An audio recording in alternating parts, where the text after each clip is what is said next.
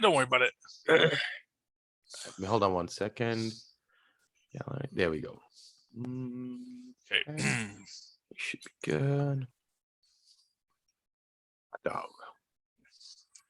In a world of capes and lunatics, gods and monsters, there are those who watch tragedies unfold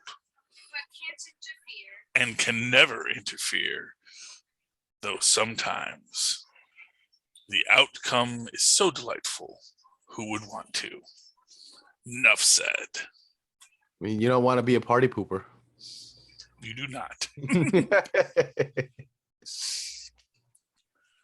Avast me hearties, and welcome once again to the 100th episode of Full Stream Ahead. I'm your host, Charlie the Professor Esser, and with me as always is me skinny rich friend. It's Mozz. 100 episodes, Mozz. Ooh-wee. Yes. Oh, wait. And what an episode to discuss tonight. What if Thor were an only child? Thor, who never learned to be a good hero, throws an out-of-control intergalactic party on Earth. Our director this week is Brian Andrews. Our head writer is A.C. Bradley, along with story editor Matt Chauncey. Steve Gerber created Howard the Duck. What other credits we got here? A.C. Bradley, head writer. A.C. Bradley gets the written by. Matthew Chauncey's our story editor. And then Jack Kirby created Captain America, along with Joe Simon. Jim Starlin created Thanos and Drax. And Val Mayerick helped create Howard the Duck with Steve Gerber. Oh, boy. And what an episode, my friend. So... nice to see the Thor from Thor Ragnarok back in action. Yeah, well, it was nice to see. It was nice to see. Actually, what was the nicest thing to see was Odin giving Loki back to his family. You know, it's weird because he just conquered them. So, but you know, just this idea that I found your child after I've conquered your lands, but here is this child back for you to raise. You know, and then he grows up. Well, we find out that later, but let's get into that. So that's the big change.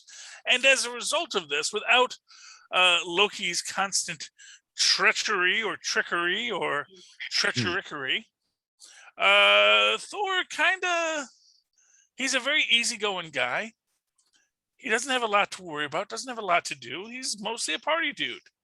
Yeah. He went from Leonardo to Michelangelo. Yeah. You know, it's funny. It's like once you take out the balancing force, you don't know where you're supposed to belong. So you just like try to belong to anything and everything and don't really, you know, make a choice as to define who you are. Much like in The Walking Dead in the first season, or maybe it was in the second season, when they finally killed Shane off. Shane was always like the bad guy and Rick was always the good guy.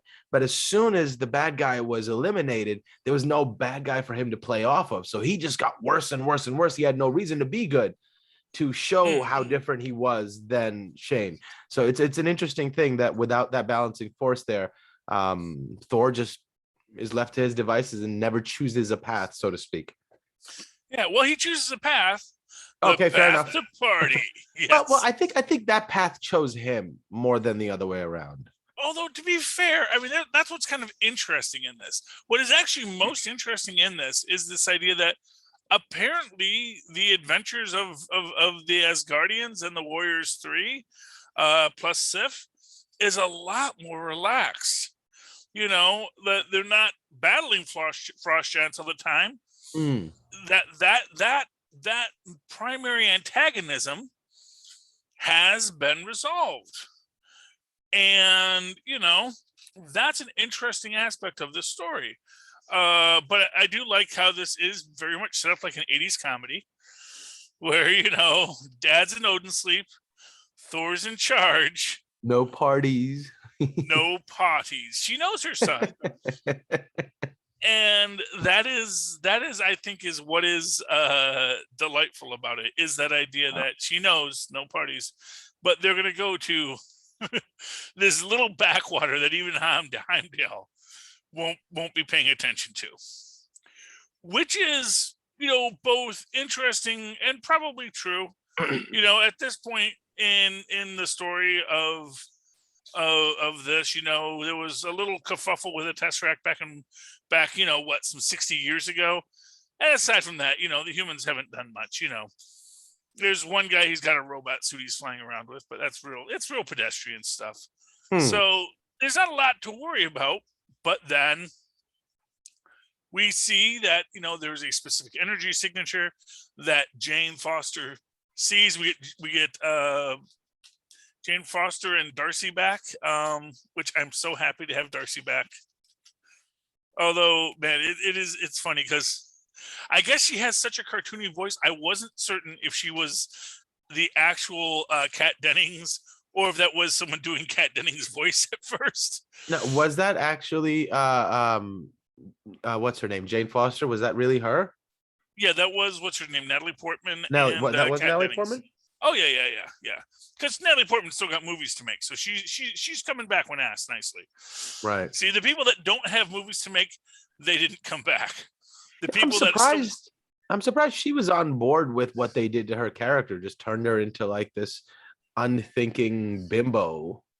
Well, I don't think they make her an unthinking bimbo. I think they make her a very serious person who realizes this guy's not a threat and he's kind of cute.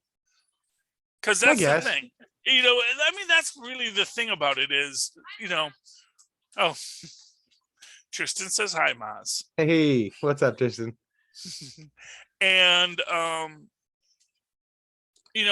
that's the thing is like, they see the alien, they see what they assume is the alien invasion, and it is an alien invasion, but it's an alien invasion to party. And the funny part is you see so many Skrulls there, like the invasion has been here for a while. Well, what it actually tells you is that, the Skrulls probably have been around. Although these ones, because they're in their purple suits, so they may have just showed up. Oh, interesting.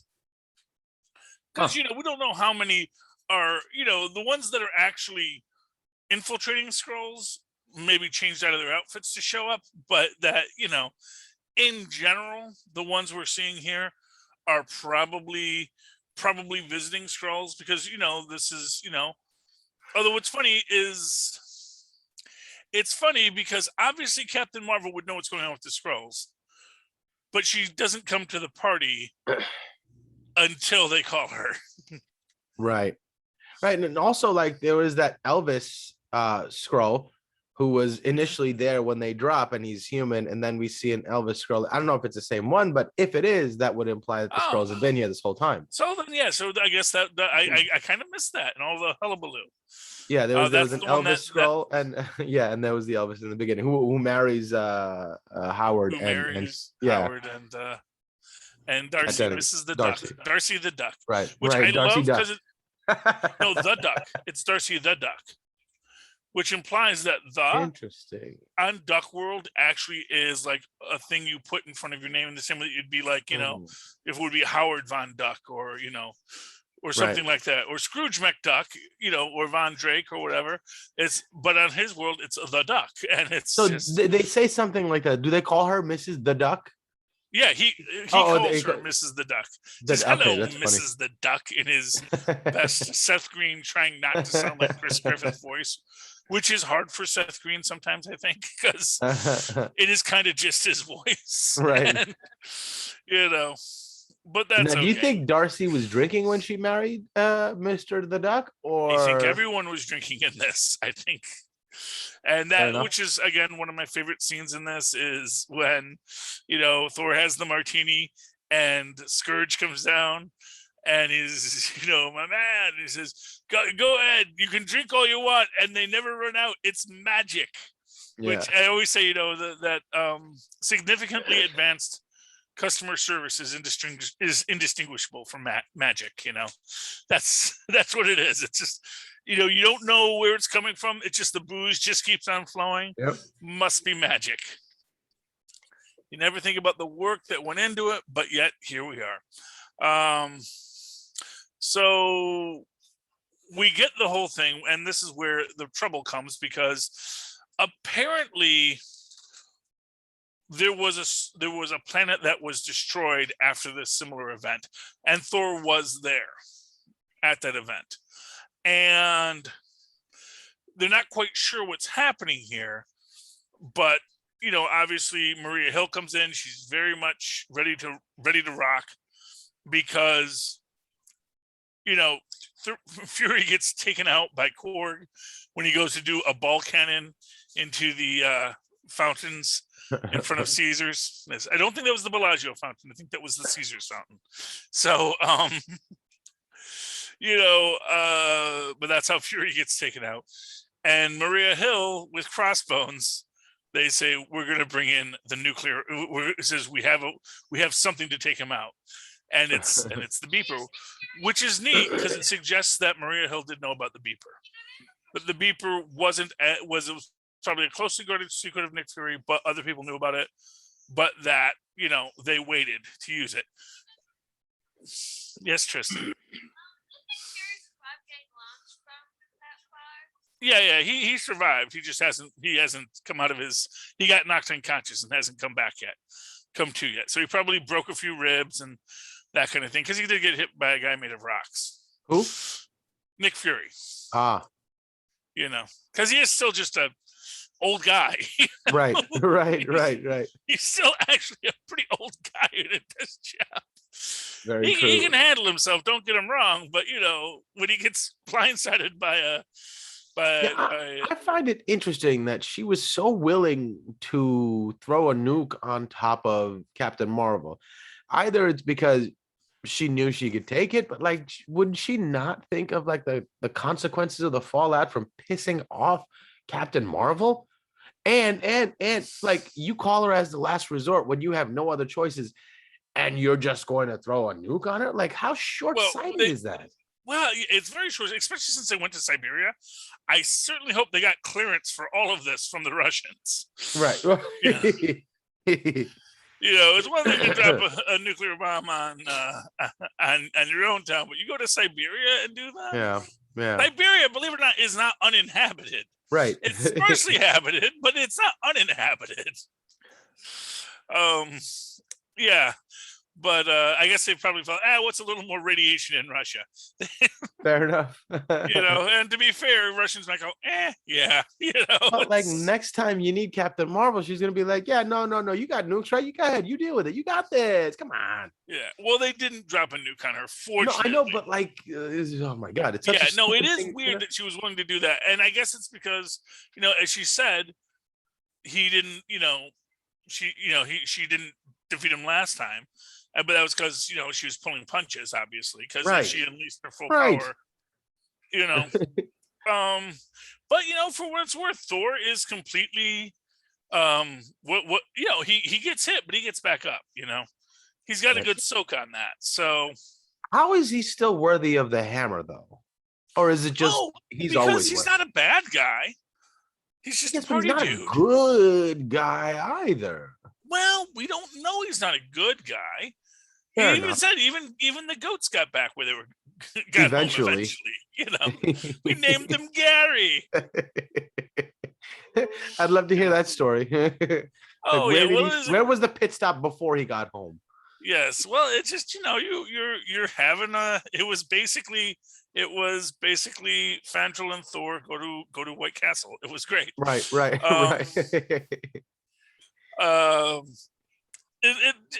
That's the thing. You have to be willing to suspend some Marvel stuck-up sticky beakness with this.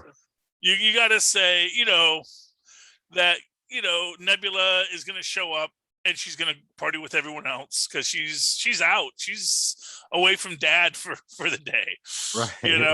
And and of course, for what it's worth, there's nothing for her dad to be interested in here. There's no Infinity Stones, really.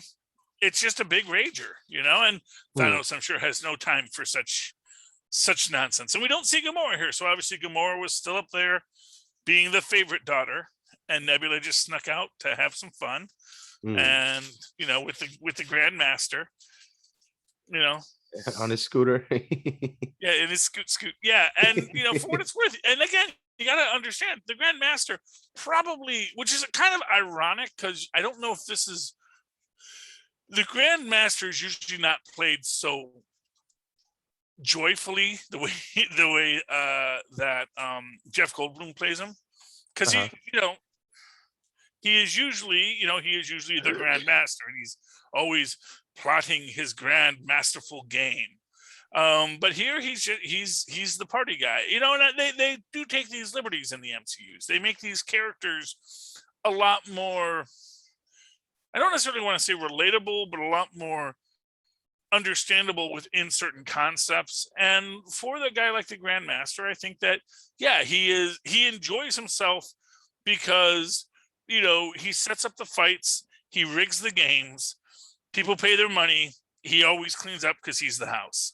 So he's having fun with it. And Right, and also like Thor doesn't seem that's to do these very often, right? So every now and then, when throws one of these parties where they destroy an entire planet, that's an event, right? And if you go to like a party where you're not the host, man, I'm just gonna have a ball. I don't have to watch nothing. I don't have to take care of nothing. I have to make sure the hors d'oeuvres are there. I don't have to make sure. I just go to party. And that must be nice for him. Although to be fair, I don't think the world would have been destroyed. Right. I mean, There was trash going like to be hotel property rooms. damage, Yeah. but they put the St. Louis Arch back. Right. They put the London Eye back. It's right. I was more worried about anyone that was on the London Eye when they did this big spinny spin. Right. And Stonehenge. Yeah, well, that was intentional. Right. Yes, and of course, I do want to give a special shout out to Tom Hiddleston as Frost Giant Loki, which is also interesting because it suggests that Loki would have grown had he been left with his family. He might not have needed a TVA to control him after all. Yeah, well, in this one apparently it's not a big violation for whatever reason, right? Right. And maybe it's because that party atmosphere still prevents a Kang, and he never had to like fight for anybody's attention. He wasn't second string. He was just him. He never had that little man complex to fight against, to have that chip on his shoulder that made him so angry at everybody and want to take over everything. Exactly. He is the rightful ruler of Jotunheim. So what's he complaining about? He's the crown prince of Jotunheim. Right. Him and Thor, they're equals. They're buddies. Exactly. Yeah. He runs Asgard, I run Jotunheim, and they keep the peace between them because they are bros, Yeah. The power of broship. And that is awesome in its own right. But as we say, Maria Hill overreacts. Yeah. And overcompensates and has to blow. I mean, you can say getting Captain Marvel there was maybe the right move because this is an alien invasion. Even if it's a somewhat benign alien invasion, there's a lot of aliens here, and they're even partying in Pennsylvania Dutch country. Huh. So it's getting out of hand as far as everybody just joining into this thing and it going crazy. So I can understand why people would have felt a little worried. But, again, I think that negotiation might have been more useful. But then, who knows? He might not want to have the party stopped, Right. And sometimes, like, if you're that powerful, do I need to negotiate with you? Get away from me, you silly mosquito. Right. You have to prove that you are somebody worth, okay, stop. I got to pay attention to this. And then you can have a dialogue. But some people you can't have a dialogue with unless you earn that respect to say, oh, I am somebody you ought to pay attention to. Mm-hmm. And that is their conundrum. But they bring in Captain Marvel, and she is someone that he does have to pay attention to. And,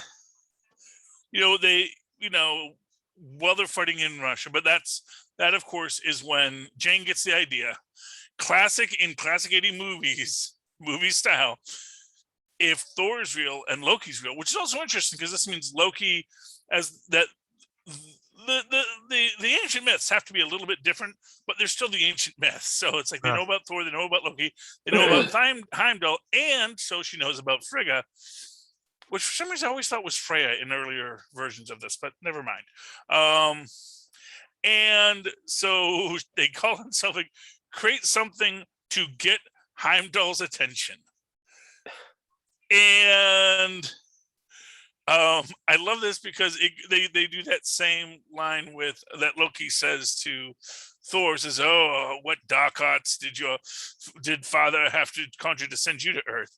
It's like, "Oh, mother, you must have used some real dark magic to get yourself over here." Says, "Yes, is everything good?" He's like, "Yes, I'm studying in my room." Walks by. It's delightful because it is what it is, and yes, it makes no sense logistically for why it's going to take that long for Freya to get to Earth, right? Even with having to stop in Asgard, because they have to do a lot of cleaning. Yeah, and I wonder if time moves differently in their part of the universe, because she says, "Oh, see you again in 1,000 years." I wonder if that means 1,000 years, or if time moves differently there, and she got here pretty quick, but time moves differently, so that's why it took a little bit for her to get here. I don't know. Well, I mean, they live thousands and thousands of years, so 1,000 years might be like next year for her, in her mindset. Although I think it is meant to be like, no, she can only get out of the house when Odin gets an Odin sleep. He only does it once every 1,000 freaking years. Right. Because if she tries to leave when Odin's away, he's like, "Where are you going? Yeah. Why are you leaving me? Just want to get out of the house." You giant Asgardian man babies. It is a fun fact. Frigga actually is a Vanir. She's not an Asgardian. So what? A Vanir. That was the other race of gods in Asgard. So there was the Asgardians, the Vanir, and then there were the Jotuns, the giants. And okay, so he conquered the Vanirds and then took her. Well, he marries Freya, and that unites the kingdom. It's your typical royal wedding kind of a situation. Gotcha. But the Vanir were always kind of the hoity-toities to those barbaric Asgardians. I see. That's how that goes. Anyway, but yeah, I mean, it is such a fun episode to watch because there's so many little Easter eggs and so many little things. The magic science tattoos, the rocket passed out in the sink, but no Groot, which is interesting. It's like, rocket, but no Groot. So it's maybe they never met up, or Groot likes to party. Yeah, well, that's the thing, or he's somewhere else. He's like, it's in the desert. Groot might be like, you go to the desert. I'm not going to the desert. That's not, they don't have trees in the desert, Rocket. Except he says, "I am Groot. I am Groot. I am Groot. I am Groot." Right. Yeah. And it's like, wow, they have water there. It's like, I am Groot. Yeah. Trust me, he's not going to the desert. Fair enough. Got dead trees there. Yeah, I like that version of the story better than that. And him and Groot are not friends in this universe. No, I think they had to be friends in every universe. Right. Even in that Evil Squadron Supreme universe, they were still best friends. So, yeah, it's a lot of fun. There's no other way to describe it. It's just a really fun episode. And after all the horrific, gut-wrenching episodes we've had, this is fun, entertaining. Thor learns a valuable lesson about personal responsibility and respecting people. Because he has fallen for Ms. Jane Foster, Dr. Jane Foster. Who told on him? How dare she? Told him. Well, but he understands it was right. It was important, He understands why she did it, He even thanks her for it, but at least he's not grounded, Right. That's one thing you can say. He can still come to Earth and ask her out on a date. So I know a planet where everything is unicorns. Which sounds great until you just think about, unicorns as an actual animal and everything is just covered in unicorn poop. But Hmm. although there's apparently a sentient race of unicorns, because he says that the waiters are unicorns. Right. So it's like, it's a unicorn race, I guess. But yeah, also I like the fact that, what makes and this is what kind of intrigues her about Thor is he immediately starts talking about how smart she is. You must be a genius. It's like, oh, did you make this? Says, you must be a genius. Because it's like, he's so small, but so much information. And it's like, it sounds like he's going to say something insulting, but it's like, no, he earnestly says, this is a beautiful piece of technology. It would take, several craftsmen to make such a device on my world. You must be a genius. And, it's nice in that, he even makes friends with Captain Marvel at the end. She helps get everything cleaned up and gives him the the folio. Yeah. Fortunately, someone's underwear was on his hammer when he calls it back to him, which is actually kind of funny because you think he must have just set it down and just people were still partying around it and people just started throwing stuff at it because it's got the Mardi Gras beads and underwear and either that or the hammer was still chilling on their bed and that's where it came from. So I mean, I don't know. Yeah, well, maybe Jane Foster's underwear. I don't know. Well, I'm not going to say it was, but I'm not going to say it wasn't, I think what we can definitely say.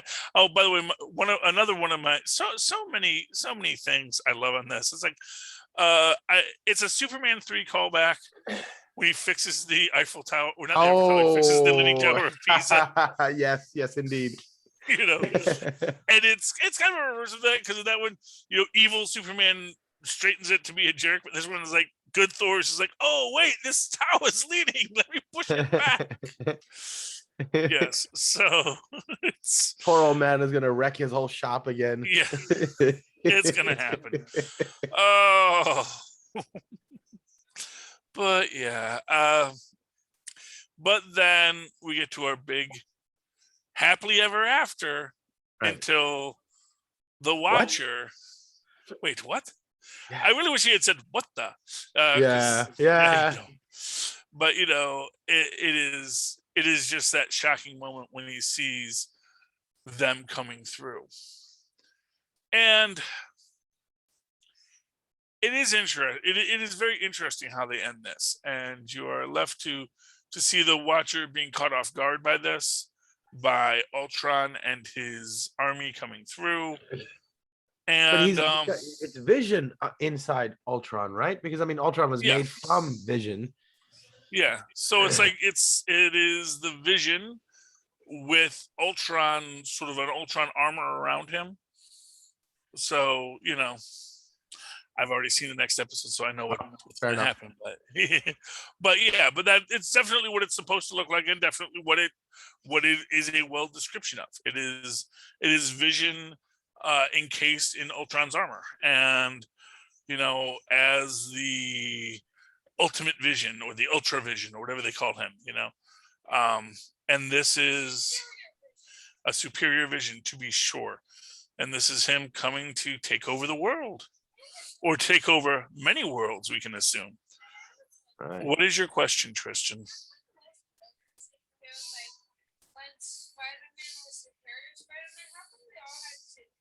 Not all of them do.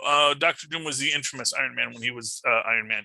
But that's mostly because Tony Stark had already been the superior Iron Man when he just became a jerky version of Iron Man, which was still just Tony Stark, but he just wasn't being noble. Or he was still being noble, but he was being much more reckless and much more supervillainy in that sense, and less caring about what other people felt. But anyway, that's a whole other thing. Mozz, what is your big takeaway from this episode? I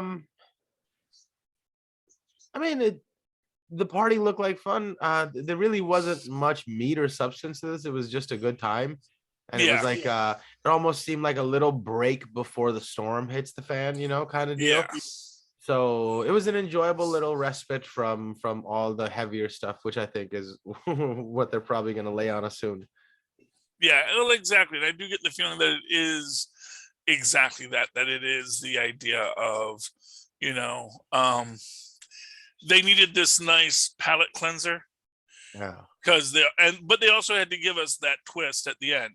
They needed to say, oh yeah, this was fun, and it was nice to have a nice light episode that we don't think too much about, but don't think that that's how this story ends. And it kind of gives us this idea that, that these destroyed universes from the other realms, these have a purpose as well. These exist in this story. And of course, when you talk about the TVA, of course the TVA is not going to bother with a universe that gets destroyed. That's that's what you call a problem that solves itself. No Thanos, no problem. No king, no problem.